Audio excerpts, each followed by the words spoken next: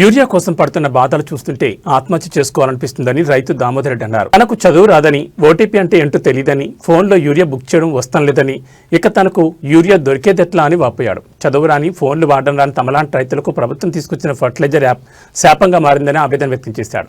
యాదాద్రి భువనగిరి జిల్లా నారాయణపురం మండలంలోని తరివేలు గ్రామంలో రైతు ఉత్పత్తిదారుల సంస్థ యూరియా కోసం ఆన్లైన్లో బుకింగ్ ఓపెన్ చేసింది. అక్కడికి వచ్చిన రైతులకు ఓటీపీలు రాకపోవడం, ఆండ్రాయిడ్ ఫోన్ లేకపోవడంతో యూరియా దొరకపోవడంతో రైతులు తీవ్ర ఆగ్రహం వ్యక్తం చేశారు. యాప్ ఓపెన్ చేసిన క్షణాల్లో స్టాక్ అయిపోతోందని, రైతులకు యూరియా కూడా ఇవ్వలేని చేతగాని ప్రభుత్వం ఉండడం తాము చేసుకున్న దౌర్భాగ్యమని రైతులు కాంగ్రెస్ ప్రభుత్వంపై దుమ్మెత్తిపోశారు. ఒక్క యూరియా బస్తా కోసం పడరాని పాటలు పడుతున్నామని అక్కడ సిబ్బందితో వాగ్వాదం దిగారు. యూరియా యాప్ను తీసేయాలని, గతంలో ఇచ్చిన విధంగానే యూరియా అందించాలని రైతులు డిమాండ్ చేశారు.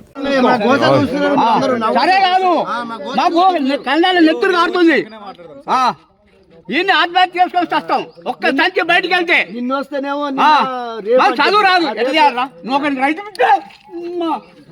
డీలర్ అయితే మొట్టగడవరైతే నాకు చదువు రాదా, మొట్ట రాదా?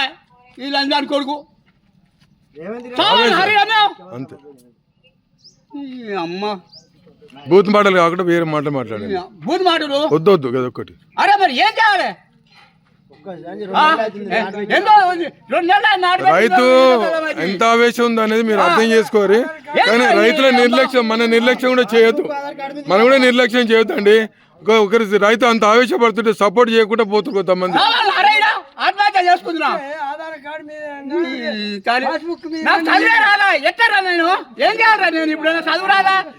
ఓడో లంచగోడుకు 100 రూపాయలు చూసుకొని ఆడ బుక్ చేస్తుడట మీ సేవరా.